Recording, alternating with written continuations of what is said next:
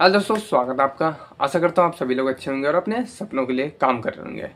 तो जैसा कि आपको पता है दोस्तों कि हम इस वीडियोस में अपने डेली हसल के बारे में बात करते हैं, क्या प्रोग्रेस है, कौन कौन सी चीज़ें कर रहे हैं। तो मैं आपको बताऊँ तो देखो दोस्तों, मेरा छोटा सपना है जल्द से जल्द फाइनेंस से फ्री होने का। उसके लिए हम डिलीवरी बॉय का काम, साथ में अपना ई कॉमर्स कर रहे हैं। उसके बाद जो हमारे पास अर्निंग बच जाती है उसको हम स्टॉक मार्केट में इन्वेस्ट कर रहे हैं और साथ में अपनी पूरी जर्नी डॉक्यूमेंट करके हम यूट्यूब पर डाल रहे हैं। तो ज़्यादा तो टाइम नहीं मिल पाता वीडियोस वगैरह बनाने का। रात को जैसे डिलीवरी बॉय में ही हमारा बहुत मोस्टली टाइम चला जाता है। सुबह 8 बजे से स्टार्ट करते हैं, शाम को 7:30 8 ऐसे टाइम लग जाता है, क्योंकि पैकेट डिलीवर करने में, उसके बाद ईओडी करवाने में टाइम लग जाता है दोस्तों। जिससे अर्निंग तो ठीक हो रही है, लेकिन मोस्ट इम्पोर्टेंट हमारा जो बिजनेस है ना, उसको हम ज़्यादा बढ़ाना चाहते हैं। वहाँ पे हमारी जो ग्रोथ है वो बहुत ही कम है दोस्तों। इसका कारण भी है कि बहुत सारी चीज़ें मुझे आती नहीं है और साथ में अभी सीखने का भी टाइम नहीं मिल पा रहा। पैसे तो अर्न हो रहे डिलीवरी बॉय से, बट सीखने का भी टाइम नहीं मिल पा रहा, और जिसकी वजह से हमारी सेल्स जो पहले थी उसके मुकाबले डाउन हुई है। अभी बढ़ाना चाह रहे हैं बट हो नहीं रही। और स्टॉक मार्केट की बात करें तो स्टॉक मार्केट में दोस्तों उतने पैसे हो नहीं पा रहे हम जितना इन्वेस्ट करें, ठीक है ना, क्योंकि बहुत ही कम पेमेंट अभी बन पा रही है। तो यही सब काम करके अपना डेली रूटीन हम कर रहे हैं। जो सपना देख रखा है उसको पूरा करने की कोशिश कर रहे हैं। आइडिया तो माइंड में बहुत सारी चीज़ें आ रही है कि फ्यूचर में बहुत सारी चीज़ें चेंज हो रही है, क्योंकि नई दुनिया आ रही है, एआई एंड रोबोटिक्स आ रहा है, बहुत सारी चीज़ें चेंज हो रही है। लेकिन उसकी उनको करने के लिए हिम्मत भी नहीं हो पा रही, क्योंकि पैसे कम है, रिस्क लेने में भी थोड़ा सा डर लग रहा है। ठीक है, तो बहुत सारी चीज़ें अभी जो कन्फ्यूज़न है, आंसर उनके मिल नहीं रहे। जैसे मिलेगा आपको भी बताऊंगा। तो चलो आज की अर्निंग में बताता हूँ आपको कि आज हमारे कितने पैकेट डिलीवर हुए। डिलीवरी में हमारी आज 60+ पैकेट डिलीवर हो गए, तो आज भी ठीक पेमेंट बन जाएगी। बाकी मैं कल की पेमेंट दिखाऊंगा आपको, तो कल हमारे कितने रुपए की पेमेंट हुई है। बाकी ई कॉमर्स पे भी सेल देख लेंगे, क्योंकि कल मैंने वीडियो नहीं डाली थी। आज भी मन नहीं कर रहा था, लेकिन थोड़ा हमने कहा कि कब तक ऐसा चलेगा, एक न एक दिन तो वीडियो डालनी है ना।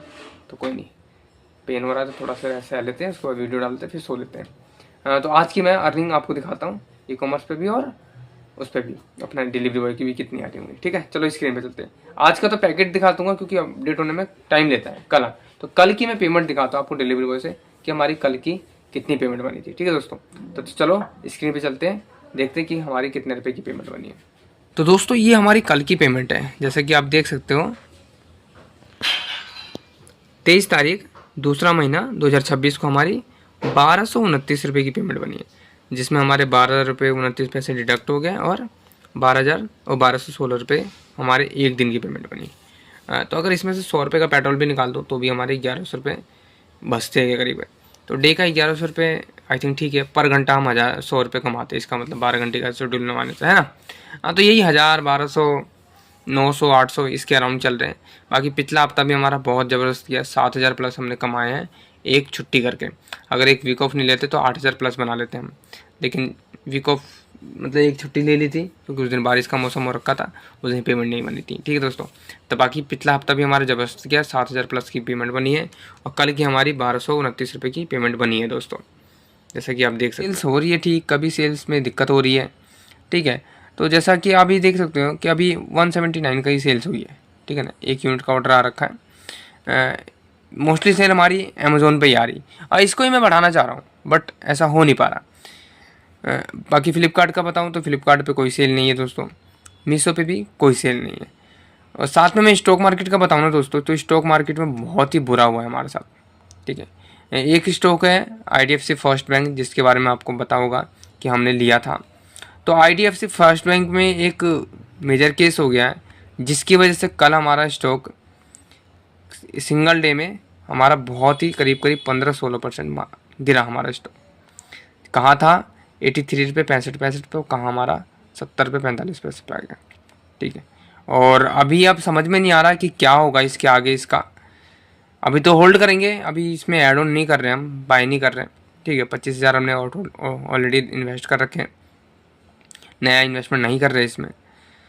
लेकिन क्वेश्चन मार्क लगा दिया है इसने कि एक बैंक ने जो छत्तीसगढ़ में था ब्रांच ने, उसने 590 करोड़ का जो कांड किया है ना, उससे देख के स्टॉक मार्केट ने इसको पनिश किया और 16% की गिरावट हुई।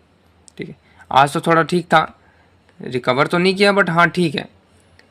तो मैं अपना पोर्टफोलियो दिखाऊं तो जो हमारा पोर्टफोलियो अच्छा खासा बढ़ रखा था दोस्तों, यहाँ पे 10,000 के करीब, 15,000 के और 10,000 12,000 ऐसे प्रॉफिट दिखा रहा था, वो सारा प्रॉफिट करके 5,000 के करीब रह गया हमारा प्रॉफिट। ठीक है, तो अब जो हमारा इन्वेस्टमेंट 1,05,000 1,03,000 3-4,000 के कारण घूम रहा था, अभी 1 लाख का इन्वेस्टमेंट आ गया, जिसमें हमारा बजाज होल्डिंग है, फिनोलेक्स केबल हमने लिया था।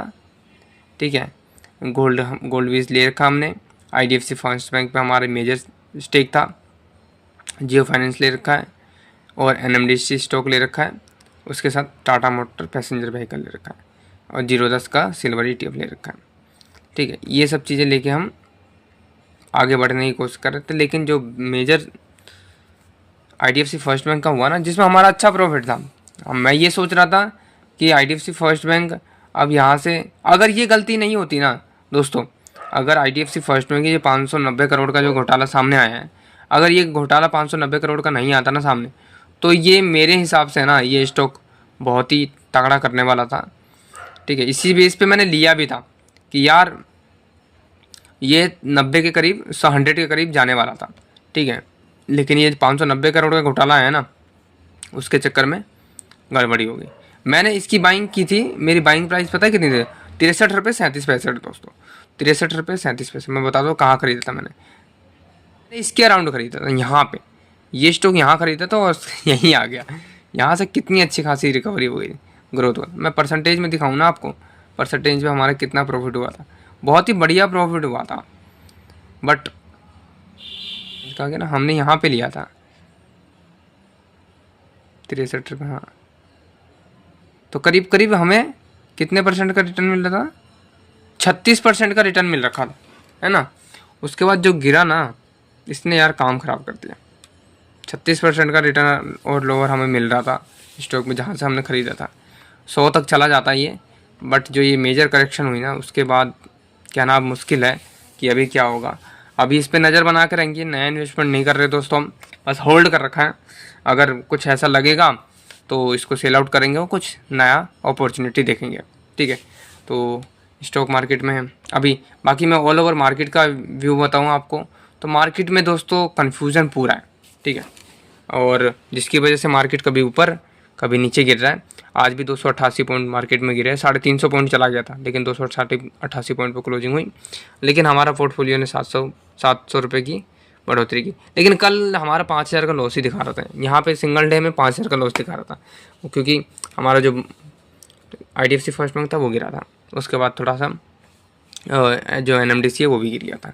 तो मोस्टली दोस्तों यही हमारे वीडियो में आज, सेल्स तो हमारी ज़्यादा हो नहीं रही, स्टॉक मार्केट में इन्वेस्टमेंट हो नहीं रहा, कुछ बढ़ोतरी हो नहीं रही, पैसे जो बनाना चाह रहे हैं ना वो थोड़ा कन्फ्यूजन फेस पे। नेक्स्ट वीडियो में दोस्तों, आज की वीडियो में इतना ही है। काम तो कर रहे हैं लेकिन रिजल्ट नहीं मिल रहा। ठीक है, तो ऐसे ही कुछ ना कुछ इम्प्रूवमेंट करने की कोशिश करेंगे। तो मिलते हैं नेक्स्ट वीडियो में। Thank you for watching.